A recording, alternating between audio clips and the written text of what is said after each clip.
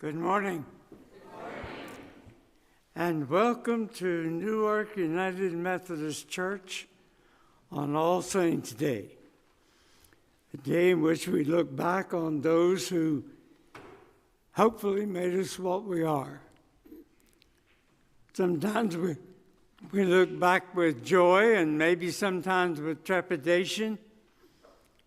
And I got to thinking, what about the human family of Jesus, and what would Mary have thought about some of them? And I propose this morning to remind you of two or three of them. Hopefully we will gain something from looking at those who came before Jesus. Moses is dead. Joshua is now leading the people of Israel into the Promised Land to occupy it. They have been successful with Sihon and Og. Those kings have fallen, and Jericho is next. Joshua sends 2 spies into Jericho to scope the place out and see what is happening. They're found out that there's spies in the camp. They go to the home of Rahab the harlot. She agrees to help them in return if her family will be saved when occupation takes place or destruction takes place. They agree. She hides them under some straw during the day. Her home is on the edge of the wall of the city. She helps them down over the wall, tells the ruler of Jericho that they went in a different direction. The battle, you know about the walls falling down.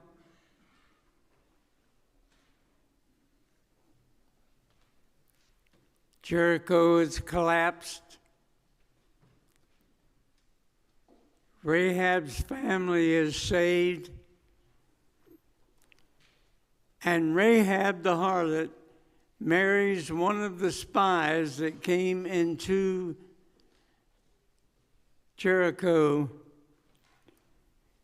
and from their son Solomon was her husband, and from their son Boaz, they became ancestors of the human part of Jesus. We look then at Bethlehem in time of famine. There's a man named Elimelech, his wife Naomi. They had 2 sons, Mahlon and Chilion. And because of the famine, they moved into the land of Moab. They were forbidden by Levitical law to have any contact with the Moab people at all. But when you're hungry, it makes a difference, I suppose. Time passes. The 2 sons marry Moabite women. One was named Orpah, the other was Ruth. During the time of their stay, both her husband and her sons pass away, and she is left with 2 widowed daughter-in-laws. The weather gets better, things looking up in Bethlehem, and she decides to go home. The 2 daughters-in-law decide to go with her. She tries to deter them and is successful in the fact that Orpah stays, but Ruth goes with her, and Ruth makes that beautiful statement, "Whither thou goest, I will go. Whether thou lodgest, I will lodge. Whether you die, I will die. Where you're buried, I'll be buried. Your God will be my God. Beautiful little passage there in Ruth. They get to Bethlehem, and I suppose to supplement the income and to maybe look for a husband, Ruth is gleaning in the fields of Boaz. In those days, what was left in the field was left there for people to come in and share in your bounty. And Boaz gets a good look at Ruth and decides that this is the lady of his life. He marries her, and through their son Obed, they become human ancestors of Christ. So to this point, we have a harlot and a Gentile in the background of Jesus. And then consider this young Jewish lady. I say Jewish, she was Canaanite by birth. Her name was Tamar, and be careful when you're reading about Tamar in the Bible, there's at least 3 of them. So you want to be sure you've got your place straight. She married a man named and for some reason, we're not told why, God slays him. And as the custom was, the next son in line would take the widow and raise a family for inheritance purposes and perhaps to take care of Tamar when she got old. His name was Onan. Onan was a slick rascal and avoided his job and responsibility, and God takes him. Now there's one son left, and he is underage, and so her father-in-law promises her that when Shelah becomes of age, that the law will be fulfilled. Time passes.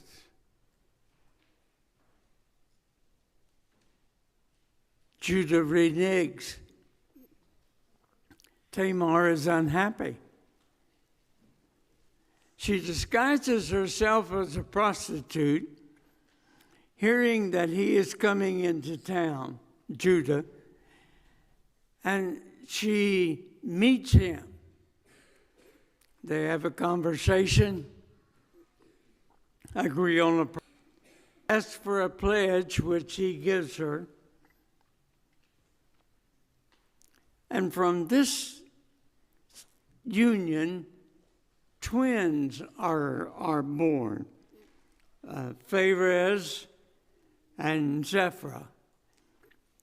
And the older one of the two, through him, Pharez, Judah and his daughter-in-law become human ancestors of Christ. And then consider the greatest king of Israel, David, slayer of Goliath, writer of most of the Psalms. Israel has become a pretty fair nation, and they're in battle with the Amorites at this particular instance. David is out on the veranda of his palace, and he sees a woman, Hittite, named Bathsheba, lusts for her, sins for her, commits adultery. She becomes pregnant.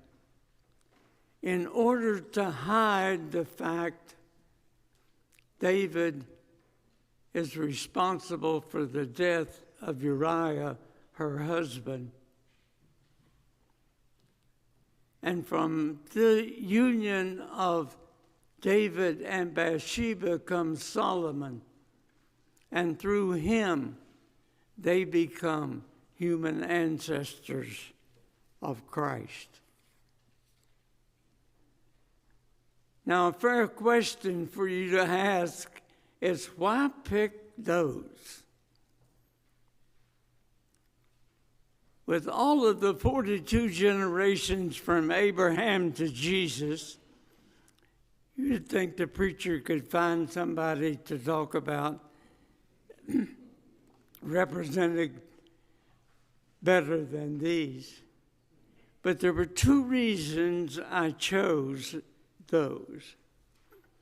One of them is, I want you to be certain that no matter who your ancestors were, who your mom was and your dad was,